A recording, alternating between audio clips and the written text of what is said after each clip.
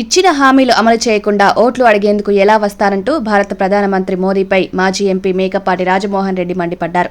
ఇక మాజీ ముఖ్యమంత్రి చంద్రబాబు పాలనను తప్పుబడుతూ అమరావతి రాజధానిగా ప్రకటించడాన్ని రియల్ ఎస్టేట్ వ్యాపారికేనంటూ దుయ్యబట్టారు. నెల్లూరులో వైఎస్సార్ కాంగ్రెస్ పార్టీ జిల్లా కార్యాలయంలో పార్టీ 14వ ఆవిర్భావ దినోత్సవ వేడుకలు ఘనంగా జరిగాయి. ఈ కార్యక్రమానికి వైఎస్సార్ కాంగ్రెస్ పార్టీ సీనియర్ నాయకులు మాజీ MP Mekapati Rajamohan Reddy, Nellore MP Adala Prabhakar Reddy, MLC Parvathareddy Chandrasekhar Reddy తదితరులు హాజరయ్యారు. దివంగత ముఖ్యమంత్రి వైఎస్ రాజశేఖర్ రెడ్డి విగ్రహానికి పూలమాల వేసి నివాళులర్పించి కేక్ కట్ చేసి సంబరాలు జరుపుకున్నారు. ఈ సందర్భంగా మేకపాటి రాజమోహన్ రెడ్డి మాట్లాడుతూ జగన్మోహన్ రెడ్డి పాలనను కొనియాడుతూ అటు ప్రధాని మోడీ, ఇటు చంద్రబాబు, పవన్ కళ్యాణ్ కలయికను తప్పుబడుతూ ఓట్ల కోసం రావడాన్ని ఎద్దేవా చేశారు. ఇంతకంటే మంచి పరిపాలకుడు ప్రస్తుతం దొరకడానికి కూడా నా అభిప్రాయం. మనకున్నటువంటి అవతల పక్షంలో ఉన్నటువంటి వ్యక్తి ఎంత అన్యాయస్తుడండి, ఎంత పరమన్యాయస్తుడు. నువ్వు ముఖ్యమంత్రి రాష్ట్రానికి కొత్త రాజధాని కట్టవయ్యా పెద్ద మనిషి అంటే అది రియల్ ఎస్టేట్ వెంచర్ చేయాలనుకున్నాడు. ఆయన గొప్ప రియల్ ఎస్టేట్ వెంచర్ చేసి లక్షల కోట్లు గ్రహించాలనుకున్నటువంటి అన్యాయస్తుడు. అసలు అతనేకైనా విశాఖపట్నంలో రాజధాని పెట్టుంటే అది గొప్పగా ఎదుగుండేది.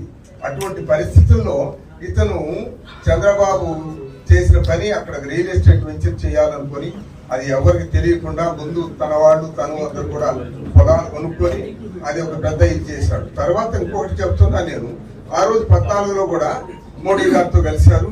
తర్వాత ఈ పవన్ కళ్యాణ్ ఆయనతో కూడా కలిశాడు.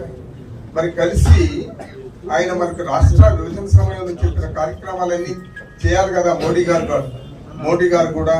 కానీ చేయకపోగా ప్రత్యేక హోదా అనేది ముఖ్యమైన మన రాష్ట్రానికి సంబంధించినటువంటి విషయం. అది నెరవేర్చకపోగా తగుదనం అంట మళ్ళా ముగ్గురు కలిసి వస్తున్నారు మన మీద. ఇది ఇప్పటికైనా సరే అది మన జన్మ హక్కు. అది ఆంధ్రప్రదేశ్ రాష్ట్ర ప్రజల 5,50,50,50,000 మంది ప్రజల జన్మ హక్కు. అది మనకు వాగ్దానం చేశారు కాబట్టి రాష్ట్ర విభజన సమయంలో తప్పనిసరిగా అది నెరవేర్చవలసిన బాధ్యత మోడీ గారి మీద ఉంది. మోడీ గారు ఇప్పుడు రేపు ఏం చెప్తారు మేనిఫెస్టోలో, మనకు రాష్ట్రానికి తప్పనిసరిగా ప్రత్యేక హోదా ఇవ్వాలి, తర్వాత పోలవరం ప్రాజెక్టు పూర్తి చేయాలి, తర్వాత రైల్వే జోన్ ఇవ్వాలి విశాఖపట్నంలో, తర్వాత రామాయపట్నం పోర్ట్ అసలు రామాయపట్నం కాదు దుగ్గరాజపట్నం అన్నారు ముందు, తర్వాత రామాయపట్నం కానీ ఏదో పెద్ద పోర్ట్ చేయాల్సిన అవసరం ఉంది. కడప స్టీల్ ప్లాంట్ చేయాల్సిన ఇటువంటి ఇండస్ట్రియల్ కారిడార్స్ చేయాల్సిన అవసరం ఉంది.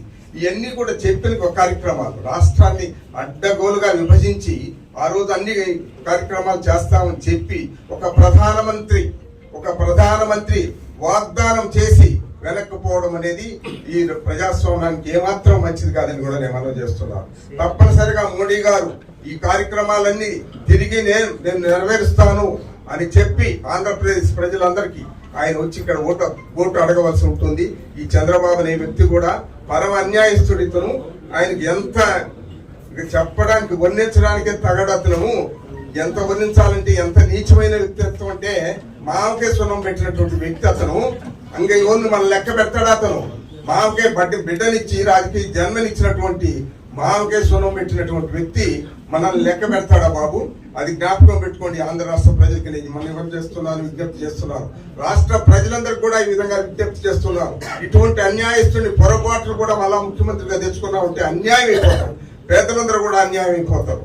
అందువల్ల అతనికి కావాల్సిందంతా డబ్బు. జగన్మోహన్ రెడ్డి గారు చెప్తున్నట్టుగా దాచుకోవడం పంచుకోవడం అన్నట్లే ఉంది అతని పరిస్థితి. అందువల్ల అటువంటి వాళ్ళు తగరండి. మనకి పొరపాట్లు కూడా అన్యాయం అయిపోతాం. అందరూ కూడా ప్రజలందరూ కూడా అన్యాయం అయిపోతారు. షావుకారులు మాత్రం బాగుపడవచ్చు. కానీ అందువల్ల తప్పనిసరిగా అందరు రాష్ట్ర ప్రజలందరూ కూడా అసలు ఒక సునామీగా తయారవుతుందండి. నిన్న మనం ఈ సిద్ధం సభలు చూసి లాస్ట్ లో నేను అక్కడ మేదరమెట్లో చూసిన తర్వాత ఇది ఒక పెద్ద సునామీ. నేను తెలుసు కదా, నేను 40 ఏళ్ల పై నుంచి రాజకీయాల్లో ఉన్నాను. సునామీలాగా తయారవబోతుంది. 175 అసెంబ్లీ స్థానాలు, 125 పార్లమెంట్ స్థానాలు కూడా గెలుచుకునేదానికి అవకాశం ఉంటుందని కూడా నేను మనం చేస్తున్నాం. నెల్లూరు జిల్లా ప్రముఖంగా నేను చెప్తున్నాను, మనకి 10 స్థానాలు సంపాదించాము లాస్ట్ టైం. ఇప్పుడు కూడా అదే పద్ధతిలో గెలుచుకోవాలని కూడా నేను మనం చేస్తున్నాను. కొందరు ఏదో భ్రమంతో వేరే పార్టీలు చేరుండొచ్చు, కానీ వాళ్ళకి శృంగభంగం జరుగుతుంది. శృంగభంగం డబ్బులే కాదు ప్రాధాన్యం, ప్రజల మనస్సులో ఉండాలి. నువ్వు ప్రజలు చంద్రబాబు ఎవరు వేస్తారండి ఓట్లు. అందుకనే కదా ఆ పవన్ కళ్యాణ్ని ఆయన మోడీ గారిని తీసుకుని వచ్చి ఏదో చెప్పించబోతున్నారు. మీకు ఏ ముఖం గురించి చెప్తారు? సిగ్గుచేటు కదండి. ప్రధానమంత్రి గారికి కూడా చెప్పిన వాగ్దానం నెరవేర్చకుండా తిరిగి మళ్ళా తగుదనమ్మా అంటూ వచ్చి ఓటు అడగడం అనేది నిజంగా సిగ్గుచేటు అనే విషయం. ప్రధానమంత్రి గారు కూడా ఆయన పెద్ద మనసు చేసుకుని ఇంకా కొన్ని కార్యక్రమాలు మంచిగానే చేస్తున్నాడు ఆయన. కానీ ఆంధ్ర రాష్ట్రానికి తీరని అన్యాయం చేశాడు. తప్పనిసరిగా వాగ్దానాలని నెరవేరుస్తానని చెప్పి ఈనాడు ప్రజల దగ్గరకు రావాల్సిన అవసరం ఉందని కూడా నేను మనవి చేస్తున్నాం.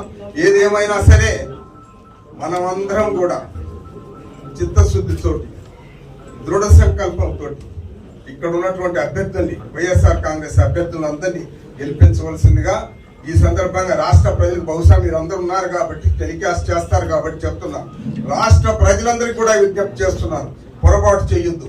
175 అసెంబ్లీలు, 25 పార్లమెంట్ పిలిపించవలసిన బాధ్యత మన అందరి మీద, ఆంధ్ర రాష్ట్ర ప్రజల మీద ఉందని కూడా మనం చేస్తూ మీ అందరికీ ధన్యవాదాలు చెప్తూ సెలవు తీసుకుంటున్నాను.